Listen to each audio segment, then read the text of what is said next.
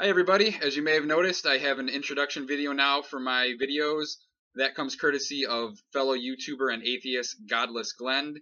He was kind enough to put that together for me, including a sample of an original composition that he did. He dabbles in music and offered to make introduction videos for several other YouTube atheists. He puts out some really good content and I enjoy it, so please, I will post a link to his channel. Go ahead and check him out. Many fundamentalist Christians in the United States are frequently claiming persecution. First of all, it's laughable that 70% of the population could be persecuted in a democratic republic. And Christians are constantly using their religion to influence politics, even though our government is clearly secular. There's even a movie coming out soon called Persecuted that will continue to propagate this myth. I call this phenomenon the Christian pseudo-persecution narrative. And one of the worst offenders of peddling this type of nonsense is former Fox News host and radio personality Todd Starnes.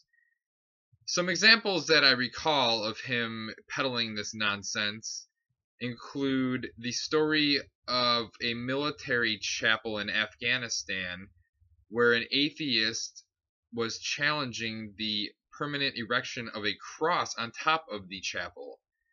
Now, the chapel rules clearly state that religious symbols are supposed to be erected prior to services and taken down at the conclusion of services.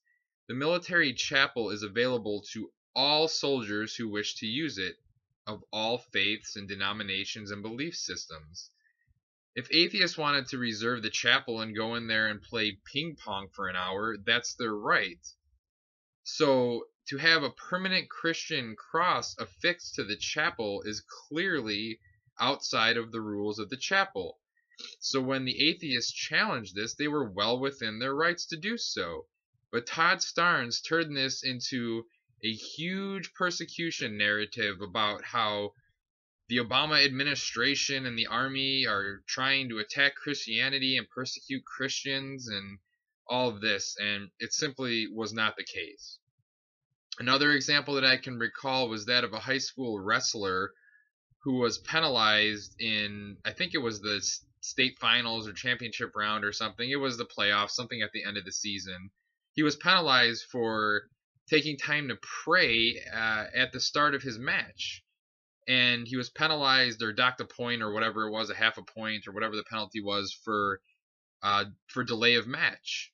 And of course, Starnes took this and ran with it, claiming that it was because of his Christianity he was being persecuted for it. He had been praying before matches all season long without any consequence or anything being made of it. But this referee that gave him this penalty was simply enforcing the rules. Regardless of the reason of why he was delaying the match, he was delaying the match. The rules were being broken. I'm sure this referee probably hadn't done any of this particular wrestler's matches at any time previously during the wrestling season. So to claim that this penalty was assessed simply because he was Christian and saying a prayer is absurd. That'd be like driving your car to work every single day and doing well over the speed limit and nobody ever bothering you, even though you pass cops all the time. And then and you have a bumper sticker on your car that says "I love Jesus." And then, after several months of doing this, one day a new cop who's on that route pulls you over and gives you a ticket for speeding, and then you claim that he's doing that because of your bumper sticker of "I love Jesus" and that he's persecuting you because you're a Christian. No, he's simply enforcing the rules like he's supposed to. Just because everyone else let it slide doesn't mean that he's in the wrong. You're clearly in the wrong because you're clearly disobeying the rules. Most recently, Todd Starnes got caught with his pants down. There was a story out of Florida of a young student.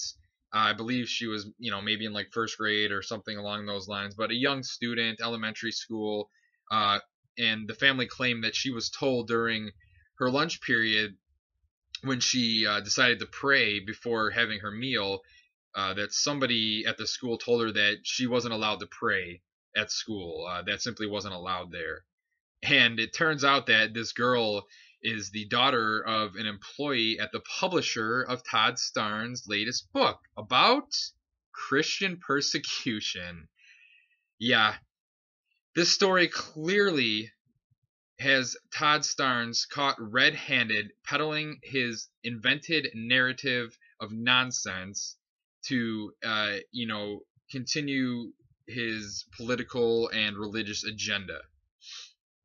Now, outside of Todd Starnes, some other recent examples of this phenomenon are a girl around Christmas time back in December was giving a presentation in class. I think she was, 8 or 9 years old again.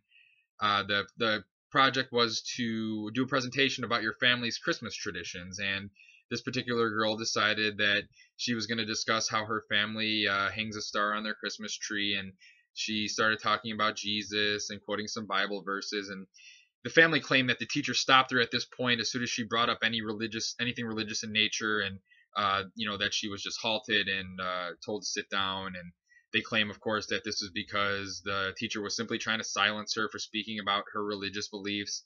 And it turns out that that wasn't the case at all. The girl was simply, overextending her time for the presentation. The class time was running out, and there were other students that needed to give their presentation. So she was just trying to kind of encourage her to wrap up the presentation. It had nothing to do with the content. Obviously, if you're asking students to do a presentation on their Christmas traditions, you're bound to have some students discussing religion and Christianity. So to make claims that she was silenced because of that was just absurd, and it turned out to be unfounded, of course. And one more recent example that I'm sure you may have seen if you browse the internet or Facebook frequently is that of a student who had an assignment, again, a young student, grade school. She had an assignment to write about one of her personal heroes, and she chose to write about Jesus. And the family claimed that the teacher told her that she should pick another subject, another topic, because they didn't want her writing about Jesus, because that they can't have that in public schools. You can't talk about Jesus. No, can't do that. But that again was simply not the case. What in reality was happening was the student was having trouble completing the assignment or coming up with ideas about Jesus, I guess, whatever the assignment was. And so the teacher simply suggested, hey, it seems like you're having a hard time with this. Maybe you should suggest another person to do your assignment about, maybe like your mom or your dad, maybe somebody you know more about or have a better idea of what you want to say. And of course, the family took this and ran with it. The mother was accusing the school of persecution and trying to silence her daughter for her religious beliefs, and the same old typical thing that has been the case in all these other stories that turn out to be completely hyperbolic and exaggerated. And the worst part of it all is that the media, particularly the right wing media, they take these stories and they run with them, and rarely do they ever follow up on them or offer retractions or corrections to the story or give what actually happened. And even if they do, the people that consume these stories, the Christians, who of course are under this impression that they're constantly being persecuted and all this, they can't have God in schools, which is completely false. They rarely follow up on the stories too, so they just continue on with this notion that all these things are real, that they're happening. It's just reinforcing it for them, and it's really a sad state of affairs. So really, Christians have used their majority status for 250 years in the United States to carve out special privileges that are not available to other Americans, or and they do things like oppose marriage equality, regardless of what the Constitution says, and they do this strictly on religious grounds. Removing these ill-gotten privileges or granting equality to minority religious groups or non-believers is not taking rights away from anyone, and it's not persecution. It's simply equality. That's what our nation stands for: equal rights for all, not special rights for Christians. Okay, so taking away privileges that were ill-gotten, or making it equal for everyone. For example, when Christians want to put the Ten Commandments at a courthouse or a state capitol, really it shouldn't be there, because our government shouldn't have any business in religion. But if they're going to allow that, then they have to allow equal access to other religious groups, and that's not taking anything away from them. That's just allowing equality for everyone, and that's the bottom line. It's not Muslims that are trying to erect monuments to Sharia law at courthouses, or Wiccans demanding that we put pentagrams on our currency. So you can see why this is just all completely ridiculous. And you know what? If any of these stories were actually true, if they were actually happening as reported by the Christian media, by Todd Starnes, if these stories were actually true, I would 100% side with them.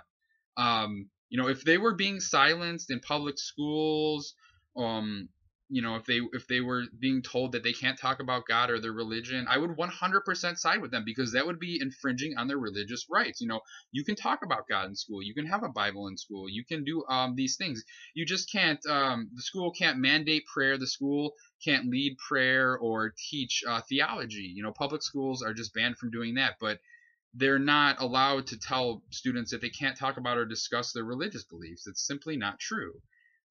So just know that I would 100% support them if these stories were true, but they're simply not. And the Christians would be wise to brush up on the boy who cried wolf, because honestly, they keep putting this out there, and it keeps being shot down and shown to be false and just invented narratives. And sooner or later, people are going to get sick and tired of this stuff, and they're not going to believe any of it. And then if this stuff actually starts happening, people are going to be so sick and tired and wary of it that they're just going to completely lose interest and not have any will to support them in this.